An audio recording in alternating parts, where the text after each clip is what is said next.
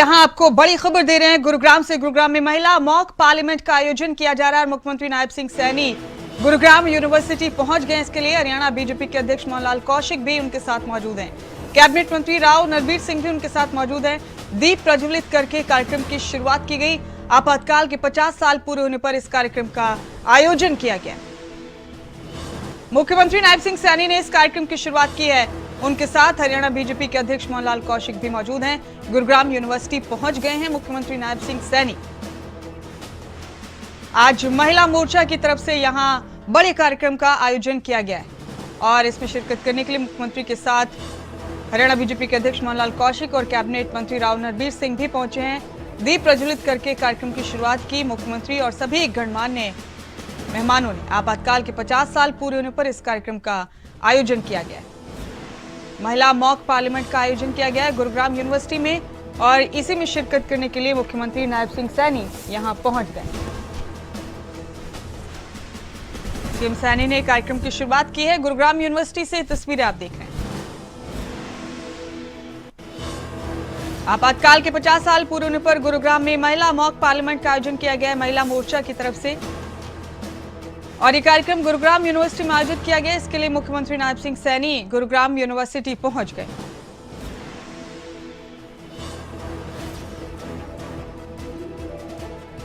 बड़ी खबर है मुख्यमंत्री नायब सिंह सैनी के गुरुग्राम दौरे के हवाले से। आपके टीवी स्क्रीन पर आज दिन भर काफी मसरूफियत है मुख्यमंत्री नायब सैनी की। फिलहाल आपको बता दें कि गुरुग्राम पहुंचे हैं मुख्यमंत्री। आपको सुनाते हैं क्या कह रहे हैं मुख्यमंत्री इस कार्यक्रम।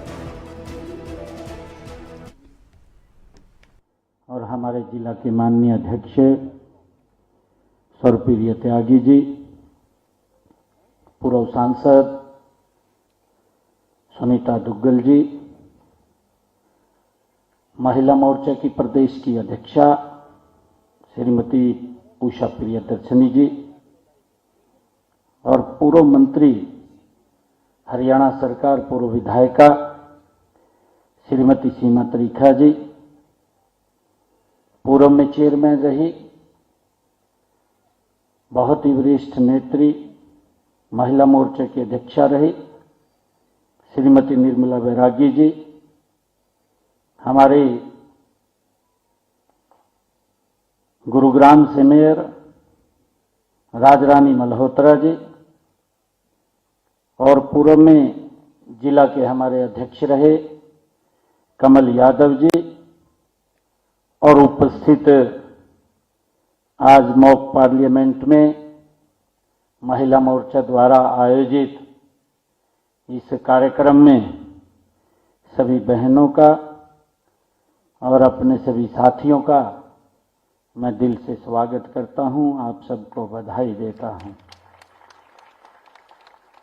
मुझे खुशी है कि गुरु की नगरी, गुरु द्रोणाचार्य की नगरी गुरुग्राम की इस ऊर्जावान धरती पर भविष्य के भारत की तस्वीर गढ़ने वाले आप सब, मैं लोगों के बीच में, बहनों के बीच में मैं आप सब का बहुत बहुत स्वागत करता हूं, दिल से धन्यवाद करता हूं। जैसे बताया भी गया है कि इस मॉक पार्लियामेंट द्वारा जो इमरजेंसी देश के अंदर लगी थी और इमरजेंसी के समय जो यातनाएं लोगों ने सही थी, उन सब को स्मरण करने का ये हर वर्ष हम उसको याद करते हैं। 25 जून 1975 वो काला दिन जब पूरे देश के अंदर अस्थिरता का माहौल खड़ा हो गया था। हम सब जानते हैं, हमारे बुजुर्ग, हम उनसे बातें भी सुनते हैं, क्योंकि जब ये इमरजेंसी लगी मुझे तो सोचती भी नहीं थी, मैं तो बहुत छोटा था, परंतु बुजुर्गों से हम बात सुनते हैं कि इस प्रकार का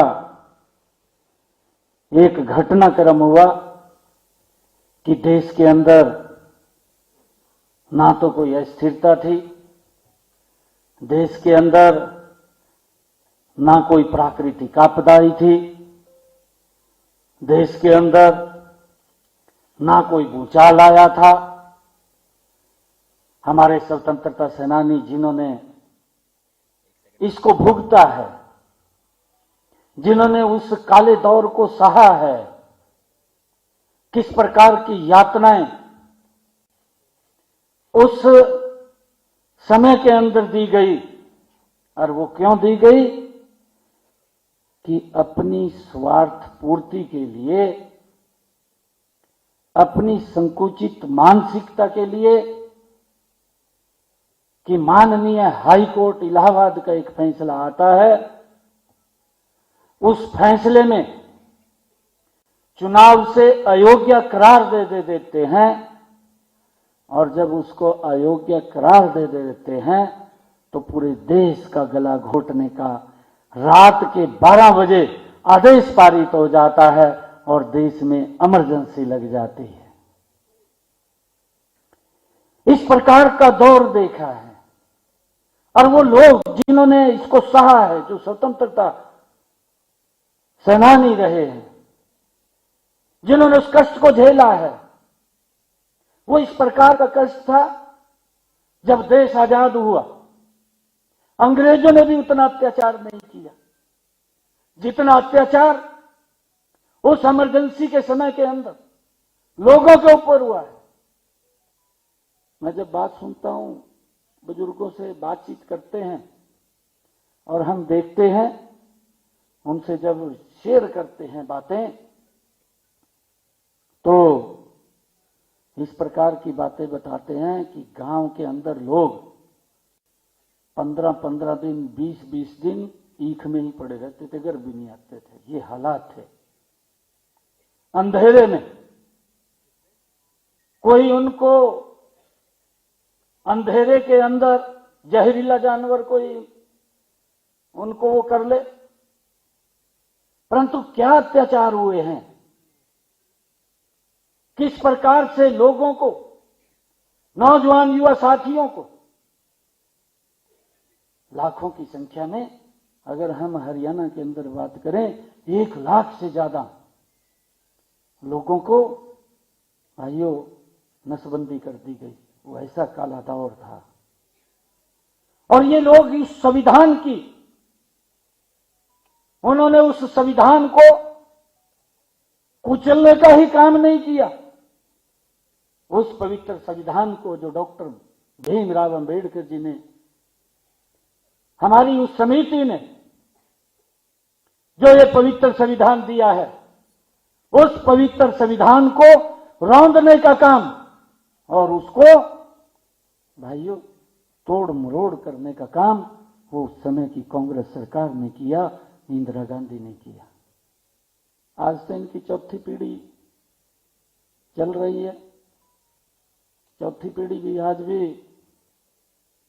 अगर इलेक्शन आ जाता है तो उनका चौथी पीढ़ी का युवराज वो उस पवित्र संविधान की बुक को उठा करके इस प्रकार का दुष्प्रचार करता है कि अगर मोदी जी प्रधानमंत्री बन गए तो संविधान खत्म हो जाएगा। ये बात बोलता है। मोदी जी के नेतृत्व में यह देश संविधान के अनुरूप चल रहा है। आज हम सब देख रहे हैं, इन पिछले 11 वर्षों में देश ने एक नई करवट ली है, परंतु हमने कहा भी है कि आप अपने पूर्वजों की जो उनके रहे हैं, कम से कम जब शीशा देखते हैं तो शीशे में शीशा खराब नहीं है, आपका चेहरा खराब है।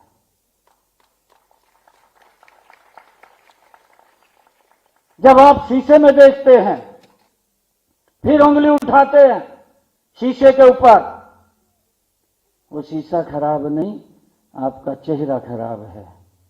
अगर इनके पूर्वजों का देखें, सरदार वल्लभ भाई पटेल, जिन्होंने इस देश को, इस देश के संविधान के अनुरूप 562 रियासतों को एकजुट करने का काम सरदार वल्लभ भाई पटेल ने किया।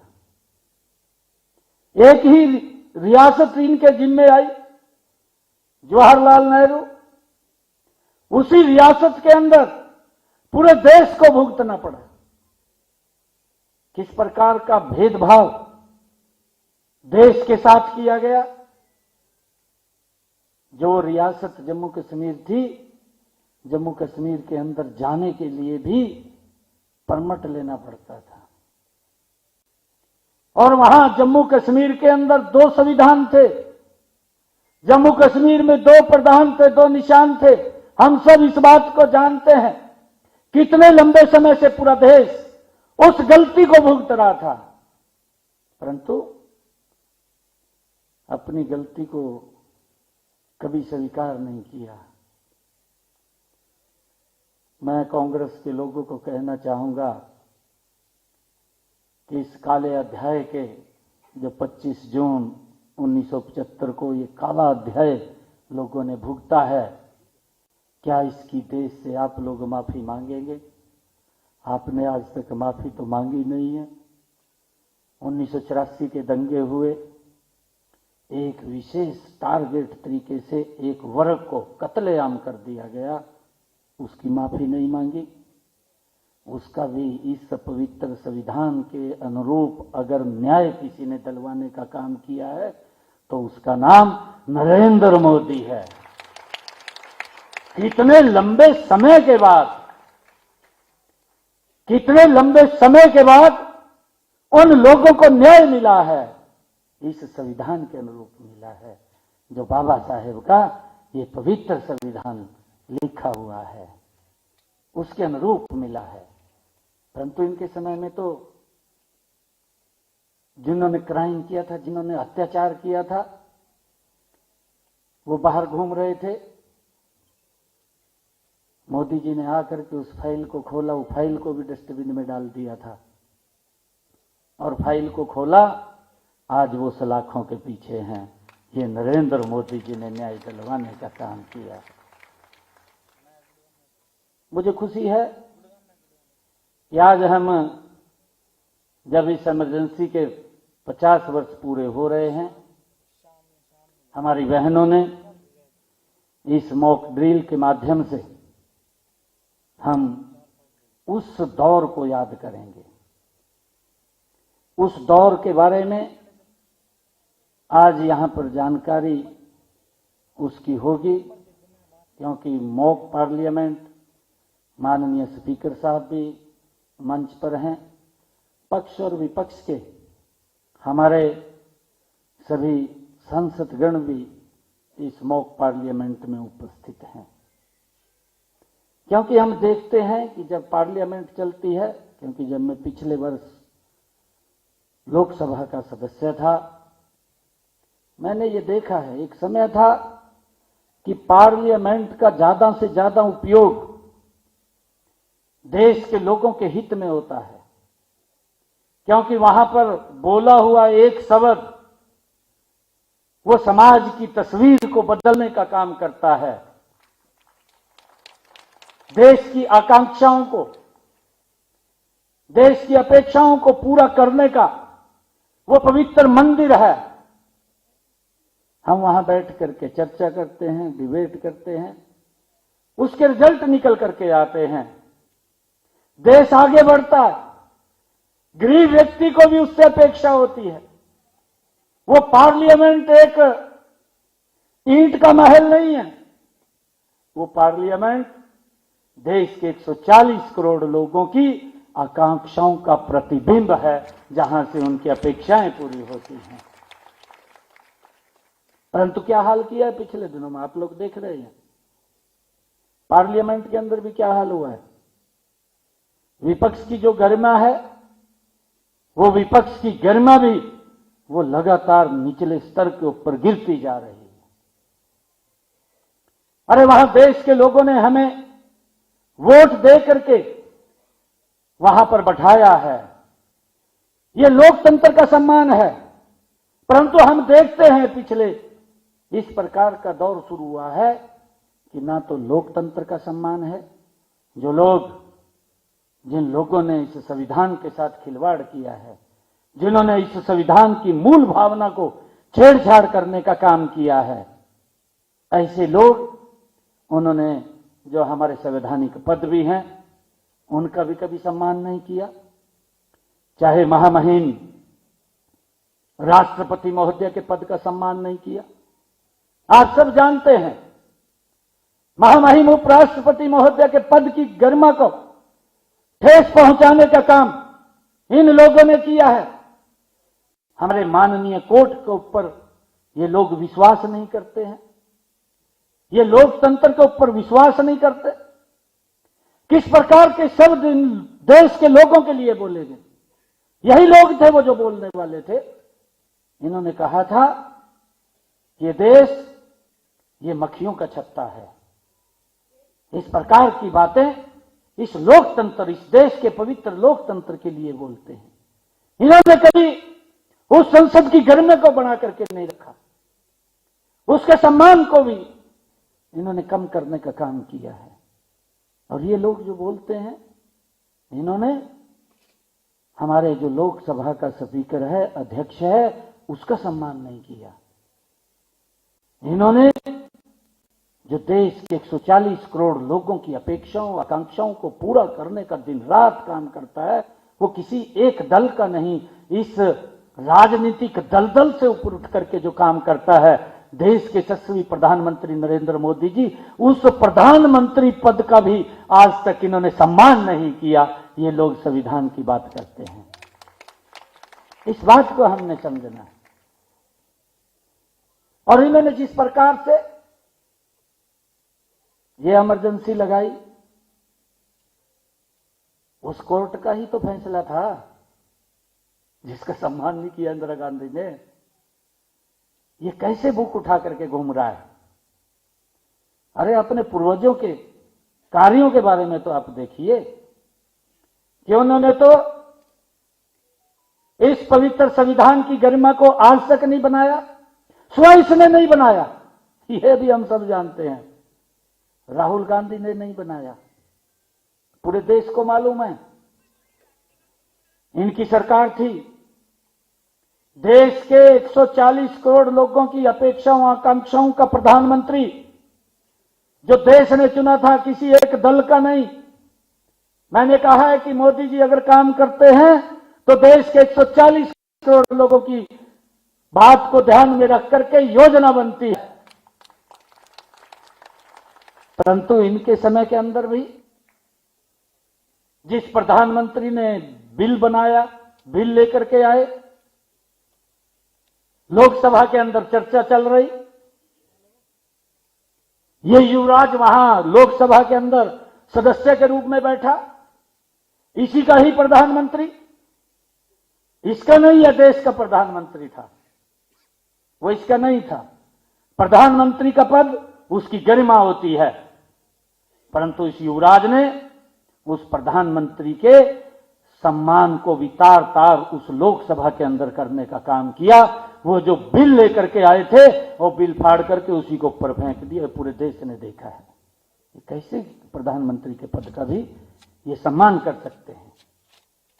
ये कभी इन्होंने संविधान का सम्मान नहीं किया, और यही कारण है कि अपनी इच्छा पूर्ति को पूरा करने के लिए आज भी है तो उस सपने के अंदर हैं कि हम ही प्रधानमंत्री हैं, हम ही कोर्ट हैं, हम ही लोकसभा हैं, हम ही लोकसभा के अध्यक्ष हैं, हम ही राष्ट्रपति हैं, हम ही उपराष्ट्रपति हैं। इनकी तो यही सोच है। आज भी उससे बाहर नहीं निकले, देश ने बाहर कर दिया इनकी गलत नीतियों के कारण। आज मैंने कहा है कि हमारी बहनें इस मॉक पार्लियामेंट के माध्यम से यहां पर डिबेट होगी, परंतु डिबेट भी एक शालीनता के साथ होनी चाहिए, उसका रिजल्ट निकलने चाहिए, उसका देश के लोगों को लाभ मिलना चाहिए, देश विकास की गति के ऊपर आगे बढ़ना चाहिए। आदरणीय प्रधानमंत्री जी ने जो सपना देखा है कि भारत 2047 तक विकसित राष्ट्र बनेगा, उसकी मूल अगर भावना कहीं बसती है तो वो पार्लियामेंट है। उस पार्लियामेंट के माध्यम से ही ये भारत विकसित राष्ट्र की तरफ जाएगा। अगर वहां डिबेट सार्थक नहीं होगी, डिबेट ठीक नहीं होगी, उसकी चर्चा ठीक नहीं होगी, वहां पर किस प्रकार से आजकल डिबेट के अंदर हल्लाहू बोला जाता है, किस प्रकार से काम को बाधित किया जाता है, यह भी एक चिंता का विषय है। और इससे कहीं ना कहीं देश की विकास की गति धीमी पड़ती है। जब हम कहीं, अरे आप विरोध करिए, विरोध करना इस लोकतंत्र के अंदर अधिकार है, हर व्यक्ति को अधिकार है, यही तो हमारे इस लोकतंत्र की खूबसूरती है। परंतु उस खूबसूरती को भी ये कभी सम्मान नहीं देते हैं। आप विरोध करिए, कोई ये थोड़ी बोलता है कि विरोध मत करिए, परंतु विरोध करने का भी तरीका होता है। विरोध करने का भी एक आपके पास, क्योंकि बीजेपी इतने लंबे समय तक विपक्ष में भी रही है, ऐसा नहीं है कि विपक्ष में नहीं रही। अगर विपक्ष के अटल बिहारी वाजपेयी जी उठ करके खड़े होकर के बोलते थे तो उस समय के प्रधानमंत्री भी साइलेंस होकर के उनकी बात को सुनते थे कि क्या बोल रहे हैं। उसका लाभ अगर कहीं देश के लिए कोई निर्णय सरकार करती थी तो विपक्ष की जिम्मेवारी है कि उसका समर्थन करें। अरे आज देश इतनी गति से आगे बढ़ रहा है, एक भी फैसला अच्छा नहीं लग रहा। ये क्या तरीका है? कोई तरीका नहीं है। अरे कुछ तो ठीक किया होगा मोदी जी ने, जिसको नॉन स्टॉप तीसरी बार देश का प्रधानमंत्री देश के लोग बना रहे हैं।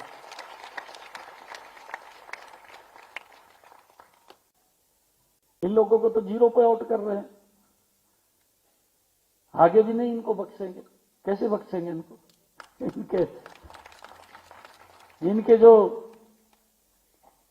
कार्य हैं वो हर व्यक्ति जानता है। मैं आप सबको, खासकर हमारी बहनें जो मॉक पार्लियामेंट में जो पार्टिसिपेट कर रही हैं, मैं इनको बहुत बहुत बधाई देता हूं, शुभकामनाएं देता हूं। और जो इमरजेंसी के ये 50 वर्ष पूरे हुए हैं, इसको जन जन तक पहुंचाने का ये माध्यम है।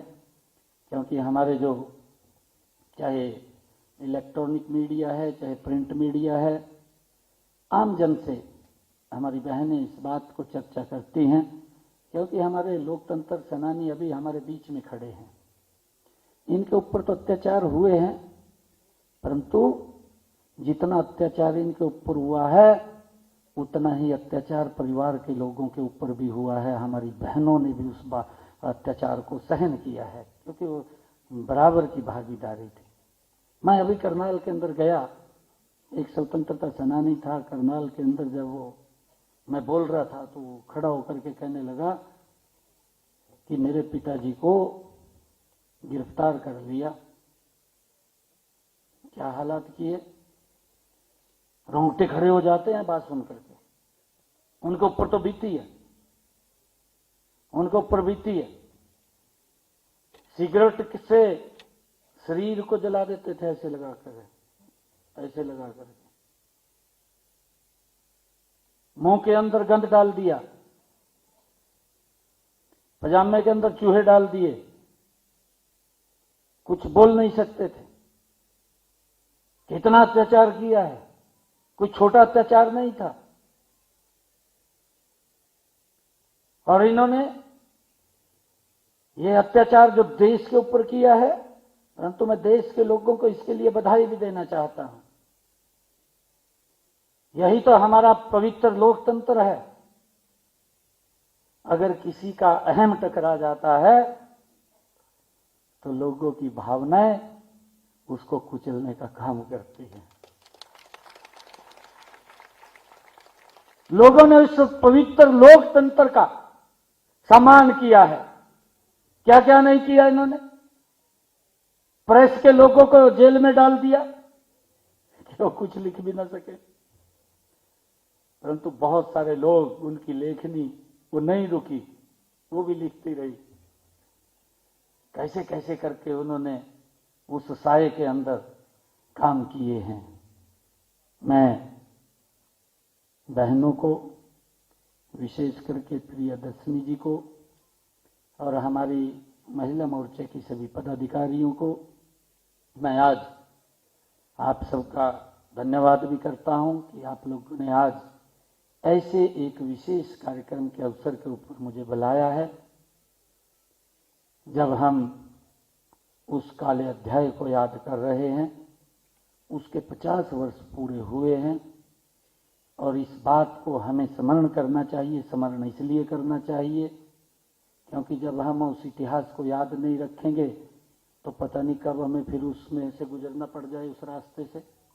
अगर हम उस इतिहास को याद रखेंगे तो आने वाली पीढ़ियों को, आने वाली जनरेशन को उसके बारे में बखूबी याद रहेगा, और याद रहेगा तो हम शायद उस रास्ते से दोबारा न गुजर पाएं, क्योंकि हम चौकस रहेंगे कि इस प्रकार का भी ये अत्याचार हो सकता है, जिस प्रकार का अत्याचार आजादी के बाद हमने ये भी मालूम है कि जो हमारे क्रांतिकारी वीर थे, जिन्होंने कुर्बानियां दी, जिन्होंने इस भारत भूमि के ऊपर अपने आप को कुर्बान कर दिया, उन्होंने इसलिए नहीं किया था कि मेरा परिवार सुरक्षित रहेगा या मेरे परिवार के लोग सुरक्षित रहेंगे। उन महान क्रांतिकारी वीरों को मैं प्रणाम करता हूं जिन्होंने कुर्बानियां दी है, उन अंग्रेजों को यहां से जो अत्याचार करते थे भगाने का काम किया है, और इस भारत भूमि के ऊपर कुर्बान इसलिए किया कि हमारी आने वाली पीढ़ियां सुरक्षित रहें। इसलिए उन्होंने ये कुर्बानियां दी हैं। और उस आजादी के बाद ये इतना बड़ा अत्याचार अपनी स्वार्थ सिद्धि के लिए इन्होंने तो उस पवित्र संविधान की धज्जियां उड़ाने का काम किया, और ये संविधान को उठा करके घूम रहे हैं। बहुत बहुत बधाई है। जय हिंद, जय भारत, जय भारत। माननीय मुख्यमंत्री जी से आग्रह करूं